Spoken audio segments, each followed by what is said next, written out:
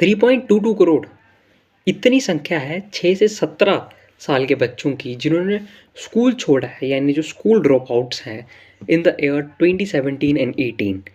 इतने संख्या के बच्चों ने स्कूल छोड़ा। इसका पीछे जो एक बड़ा कारण है फैमिली मैटर्स वगैरह के अलावा एक बड़ा कारण है एजुकेशन सिस्टम। एजुकेशन सिस्टम बच्चों को बांध के नहीं रख पा रहा था, इसलिए तो इसको चेंज किया गया है।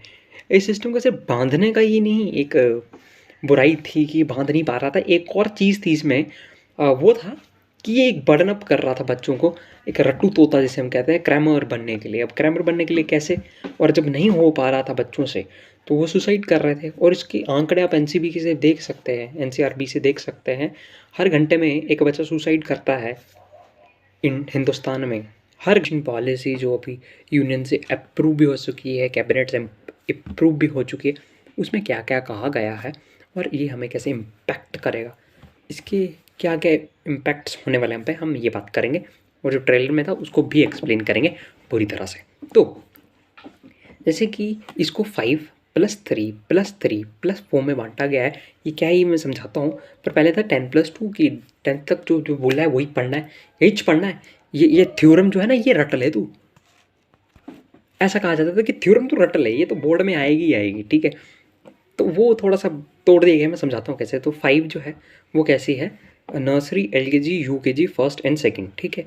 इसमें क्या किया जाएगा कि बच्चों को प्लेफुल एक्टिविटी से पढ़ाया जाएगा, ना कि जो फर्स्ट सेकंड में होता था ना बैग्स इतने बड़े बड़े, मतलब देखिए इतना सा बच्चा, इतना सा बच्चा, इतना सा थोड़ा बड़ा, उसको इतना बड़ा बैग, तो वो चीज़ें बहुत कम होने वाली हैं।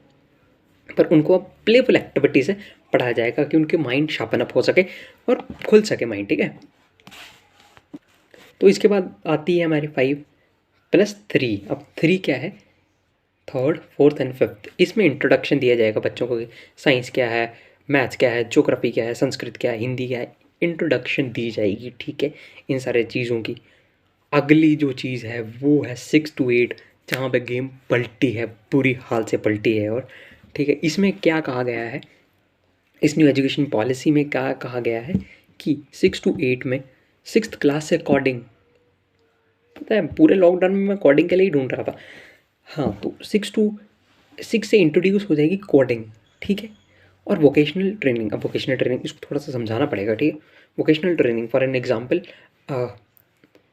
आपको अगर कारपेंट्री सीखनी है, आप इंटर्नशिप जाके कर सकते हो कारपेंटर के पास, it's not a bad thing at all, ठीक है। किसी भी काम को बड़ा छोटा नहीं मानते हुए इसमें ये कहा गया है कि हर एक काम बच्चों को सीखना आना चाहिए। नहीं तो क्या होता है कि बच्चे वैसे किताबी कीड़े तो हो जाते हैं, इंटेलिजेंट तो हो जाते हैं, बट प्रैक्टिकल लाइफ में ज़ीरो रहते हैं, ठीक है। हमारे टाइम पे नहीं था। और असली जो गेम हुई है वो है 9th से 12th के बीच में।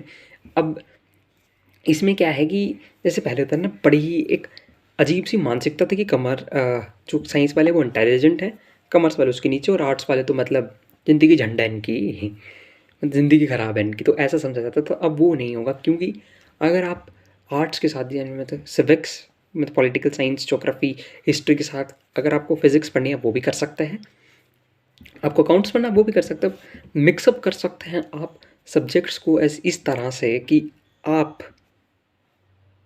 जो है वो कन्वीनियंस पा सके उस चीज़ में। हाँ, स्कूल्स के लिए थोड़ा मुश्किल होएगा। पर एक चीज़ जो है, एक और चीज़ कही है जो मैं भूल गया था, कि क्लास 8 तक जो है वो रीजनल लैंग्वेज में पढ़ाया जाएगा, जो कि एक मैटर ऑफ कंसर्न है, क्योंकि रीजनल लैंग्वेज इंडिया में ढूंढना इट्स प्रिटी डिफ़िकल्ट। इंडिया की रीजनल लैंग्वेज कौन सी है, उस जगह की रीजनल लैंग्वेज कौन सी है, और इंग्लिश तो सीखनी ही पड़ेगी, अभी नहीं तो कभी ना कभी।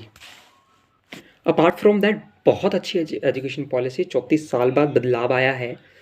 अब बच्चों की सुसाइड जो करते हैं बच्चे एग्जामिनेशन के बाद, उसमें कमी कैसे आएगी, उसमें कमी ऐसे आएगी कि इन्होंने कहा है कि अब सेमेस्टर वाइज एग्ज़ाम्स होंगे। जैसे कॉलेजेस में जाते हैं ना, अब यूनिवर्सिटीज़ में, मेडिकल यूनिवर्सिटीज़ में 6-6 महीने के सेमेस्टर्स, उसी तरह से होगा कि साल में 2 बार एग्ज़ाम्स होंगे, और उनमें जो बेटर परफॉर्मेंस होगी दोनों एग्ज़ाम्स में, उसको उठा के आपका फाइनल रिजल्ट बनाया जाएगा। ये नहीं कि मार्च में एग्ज़ाम्स हैं और दे दना दन दन, ये वाला नहीं होने वाला अभी ऐसा। अब 2 बार एग्ज़ाम्स होंगे, ठीक है, बोर्ड एग्ज़ाम्स की चिंता कम रहेगी। अब वोकेशनल ट्रेनिंग जो है, ये वोकेशनल ट्रेनिंग वगैरह है, इनसे जो है हमारी स्कूल ड्रॉप आउट रेट बहुत कम होएगा। और